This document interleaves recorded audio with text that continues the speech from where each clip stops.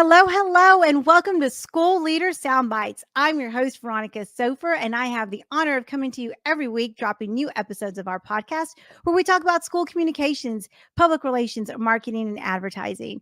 So if you are looking for some content on how to improve your school district's visibility strategy, you have found the right place. I come to you every week with more than 20 years of experience in school communications, and I love talking about all the things you need to know to improve your school district's presence in your community. So let's go ahead and get this episode started. But before we do, don't forget to hit subscribe. We don't want you to miss any episodes of School Leader Soundbites. And if you're watching on YouTube or Facebook, drop us some comments. Let's talk about the impact process. So you've heard me talk about how important it is to master your mark and how there's different ways that you can really grab a hold of your brand and bring it to life in your district. So I'm going to share with you my impact educational system because I think it's really important for us to address one of the first lines of defense when we're talking about our brand, and that is our internal audience, our personnel, our teachers, our staff, everyone that works for the district, everyone internally needs to have a very strong and clear understanding of who we are, what our identity is, what we stand for, all the things that make us great, all of our marks and all of the visuals that go along with it. Everybody needs to be on brand, and it starts with educating those folks. So let's talk about how we tap into our internal audiences to really master our mark. And I like to talk about our impact educational process. So with our impact educational process, the first thing we do is we talk about the promise. That's your true north. It is the thing that pulls you to the center. It's putting together your mission, your vision, all of your guiding documents, your values, any strategic work that your district has done. You pull it all together and you identify what that true north is. What is that magnetic pull that guides the work that's being done in your district? And so once you have all of that together, you brand it. You make sure it's on posters, it's on social media posts, it's visual throughout all of the places where our staff is working, whether it's teacher lounges, in boardrooms, in conference room, those kinds of things. Because you want to make sure that your identity is front and center. It's your promise. It is your brand. And if you have all those guiding documents in place in your system, there's really it's an easy process to just synthesize it and come up with a true north that will help everyone identify the words that they want to use to guide us back to the center, to the core of why we exist. So that's why I like to start with the identity. And you want to definitely do that with your internal audiences.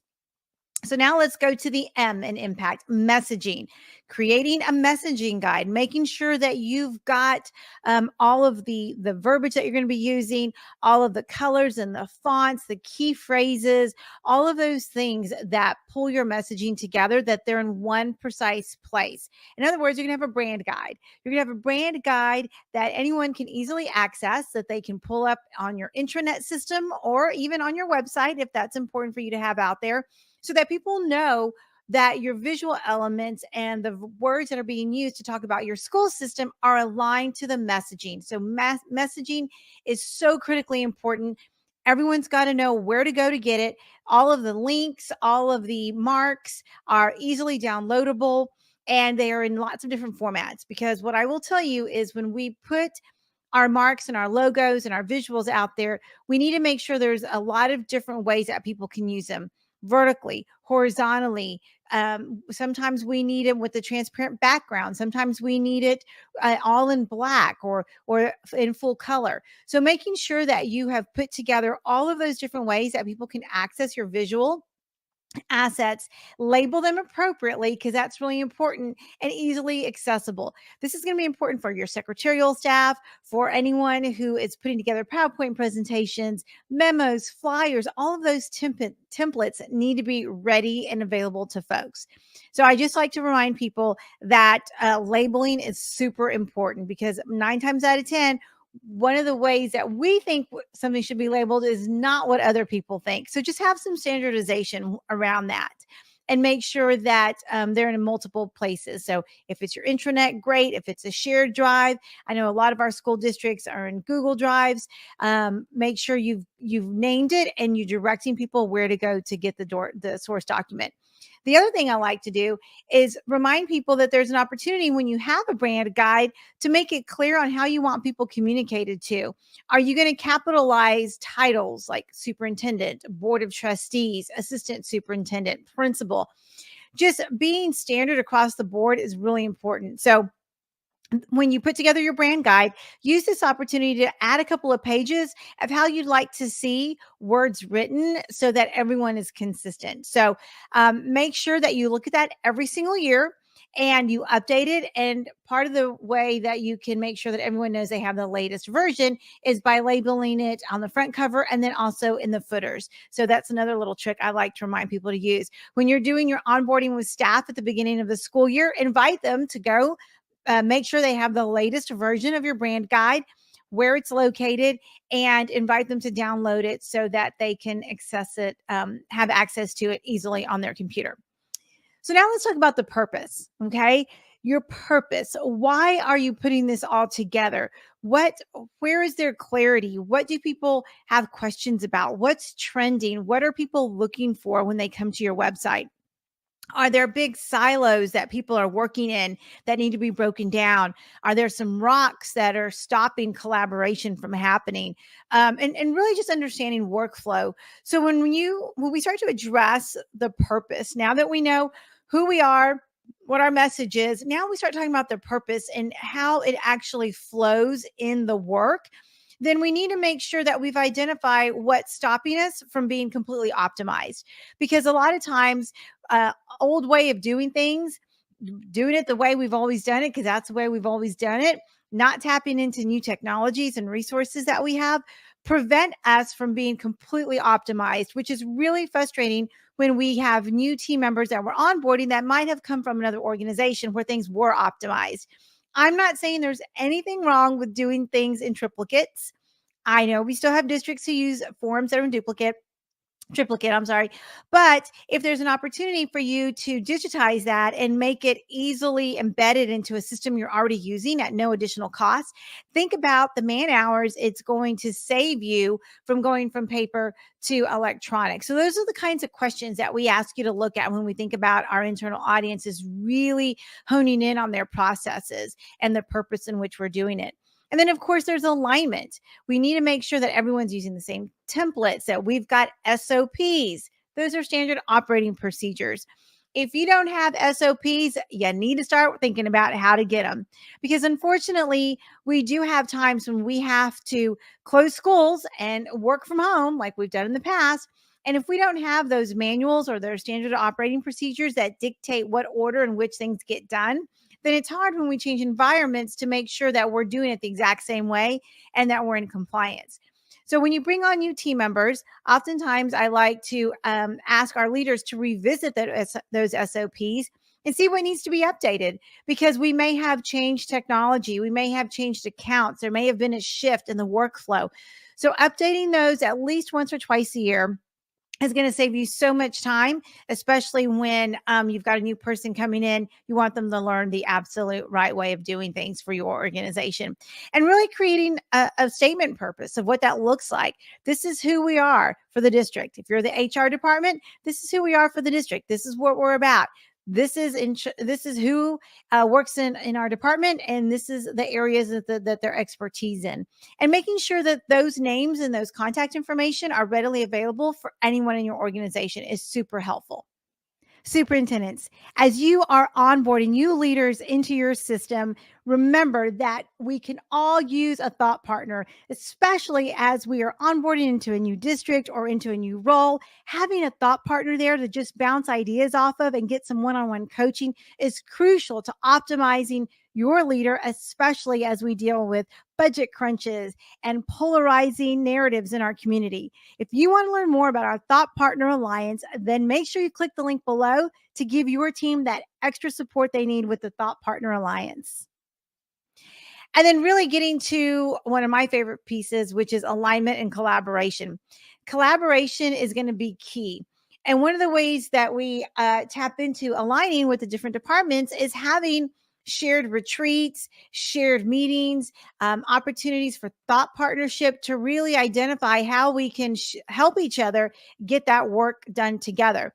And I always like to promote how that is celebrated, letting everyone know that, hey, this department and this department came together to improve this process, which is going to benefit teachers, or it's going to benefit students, or it's going to be make it more efficient, maybe with technology. Maybe we're implementing a new ticketing system for phone calls that we get, all those kinds of things. Celebrate those collaborations as part of your alignment, and think about how to create cheat sheets for people. Cheat sheets are one of my favorite things to put together because they're very visual and they demonstrate flow. So if someone can easily take a look at it, see someone's name, their telephone number, who to call when something happens. Oh, it's not that department. I actually go over here and go down a level. That's a really great way of not only training your internal staff on how to utilize the systems that the district has put into place, but promote how agile you are and how there's multiple ways to get the information that you need. Make sure that those cheat sheets are branded, that they're dates. Make sure you put the date on them so that people know how old they are. And when they are updated, change the date and send out a blast letting everyone know, hey, this new system is being implemented. This is the cheat sheet that's now replacing it. Be sure to print this out and put it in your break room, or print it out and put it next to your computer. Those are some really great ways to ensure alignment and collaboration. And then we want to always think about one of the things that I think is most effective for school systems to be successful, and that's making sure that customer service is addressed at every level. Now, when we think about customer service, the first thing we do is we want to bring in a trainer, and we want to talk about the latest and greatest, and we want to introduce people to the concepts. But what we miss an opportunity at it sometimes is starting internally first, making sure that we identify who our internal customers are. It's the departments that we work with on a regular basis. It is working with the various campuses. It is working with the feeder patterns or the other offices in our district, making sure that we all are using email signatures that are alike, that have the really important information that we already identified that we need, making sure that when we are setting appointments internally with each other, that we include the location, or we include if whether or not it's going to be a Zoom link or a Teams meeting, or is it going to be a Google Meet. There's a lot of different ways that we put communications together, especially on people's calendars, but we're not consistent in how we do it.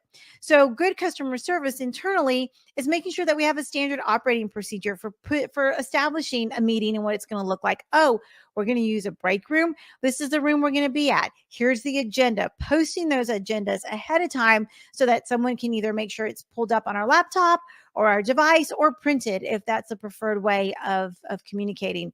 So just thinking about how we can support each other internally when we say customer service, instead of just thinking about dealing with our external customers, which that's very important as well.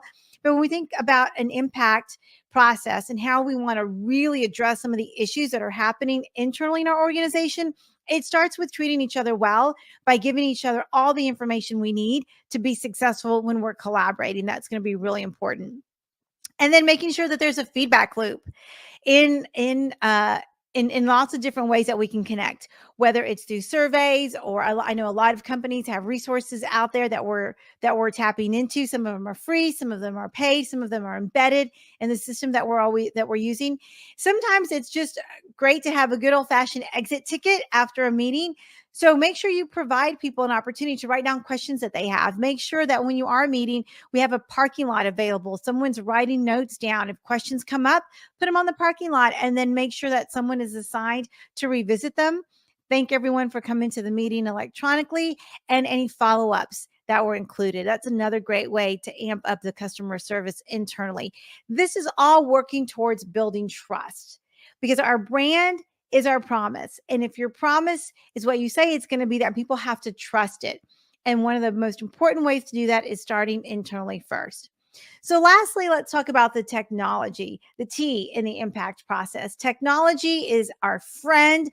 The idea of using a voicemail, about using out of office responses on our email, providing meeting links, all the different ways that we can utilize technology. Some of us are really great at doing it, and others of us aren't so great at doing it. So I always like to recommend that 2 or 3 times a year, someone with a lot of expertise provide little webinars or maybe in-person lunch and learns in a conference room and show everyone else how to tap into the tools that already exist in the technology that we have.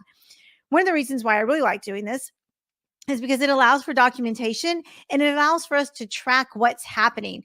So if we know there was a meeting on one particular day, someone provided the agenda, then there was a follow-up, all of that is trackable and we can easily go back and find that information versus sifting through a whole lot of emails that maybe not everyone got copied on, or maybe just a few people got copied on. So tapping into someone that's got their pulse on what's happening and the technology that your district is using is going to be really, really important. So if you think about using all of these things and starting to really make a difference in how internally you are addressing your staff, it's going to make a big difference, really build trust, and be ready for you guys to impact everyone outside of the system. So remember, with the impact system, we want to be crystal clear on our identity.